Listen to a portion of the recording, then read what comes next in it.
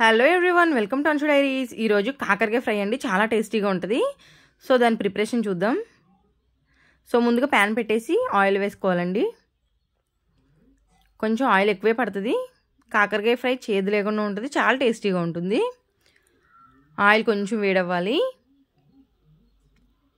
Heat అయిన ఆయిల్లో పసుపు యాడ్ చేసుకుందాం. కొంచెం ఒకసారి ఆ పసుపు అంతా మిక్స్ చేసేద్దాం. నేనైతే కాకరకాయలని ఇట్లా రౌండ్గా కట్ చేశానండి. ఈ ఫ్రైకి ఇట్లా రౌండ్గా కట్ చేసుకుంటే చాలా బాగుంటుంది. క్లీన్ చేసి పెట్టేసుకున్నాను. ఇప్పుడు ఆ కాకరకాయ ముక్కలు తీసి ఆయిల్లో యాడ్ చేసేద్దాం. మంచిగా తిప్పుకుంటూ బాగా ఫ్రై అవ్వాలండి. చక్కగా కరకరలాడితే బాగుంటుంది, అట్లా ఫ్రై చేసుకోవాలి. సో మూత పెట్టేద్దాం. మగ్గుతూ ఉంటుంది అండ్ ఫ్రై అవుతూ కూడా ఉంటాయి. సో చూసారా, కలర్ చేంజ్ అయ్యి నాకు ఒక 10 minutes తర్వాత ఇప్పుడు కొంచెం సాల్ట్ యాడ్ చేసుకుంటున్నాను. అండ్ కొంచెం కారం. ఒకసారి మొత్తం మిక్స్ చేసేయాలి.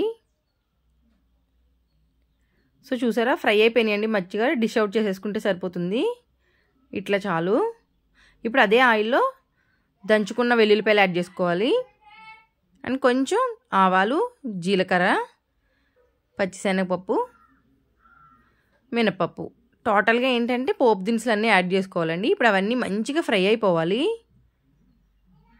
మీకు ఏమన్నా ఆయిల్ తక్కువ అనిపించింది అంటే కొంచెం ఒక 2 స్పూన్స్ అట్లా యాడ్ చేసుకోవచ్చు. నేను 1 స్పూన్ యాడ్ చేశాను. ఇప్పుడు ఎండుమిర్చి యాడ్ చేసుకోవాలి. కరివేపాకు అండి, కరివేపాకు కొంచెం ఎక్కువ ఉంటే ఫ్రైకి చాలా బాగుంటుంది. ఎందుకంటే కరివేపాకు కూడా మంచిగా ఫ్రై అయిపోద్ది కదా, చాలా టేస్టీగా ఉంటుంది. ఈ పోపు అయితే మంచిగా మిక్స్ అయిపోవాలండి. ఇప్పుడు కాకరకాయలు యాడ్ చేసేద్దాం. కొంచెం ధనియాల పొడి అండి, ఫ్లేవర్ ఇస్తుంది. చూడండి, అసలు చాలా బాగుంటుంది, డిఫరెంట్గా ఉంటుంది, చాలా టేస్టీగా ఉంటుంది. పప్పుకి సాంబార్కి చాలా బాగా సూట్ అవుతుంది ఈ ఫ్రై. ఇప్పుడు కొంచెం దంచిన మసాలా అండి, ఈ రెండు వేస్తే ఈ ఫ్రైకి చెప్పాలంటే రుచి అమోఘం అనమాట.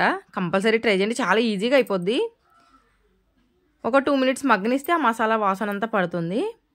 సో చూసారా, ఫ్రై అయితే రెడీ అయిపోయిందండి. సర్వ్ చేసుకుంటే tasty fry ready. Thank you for watching.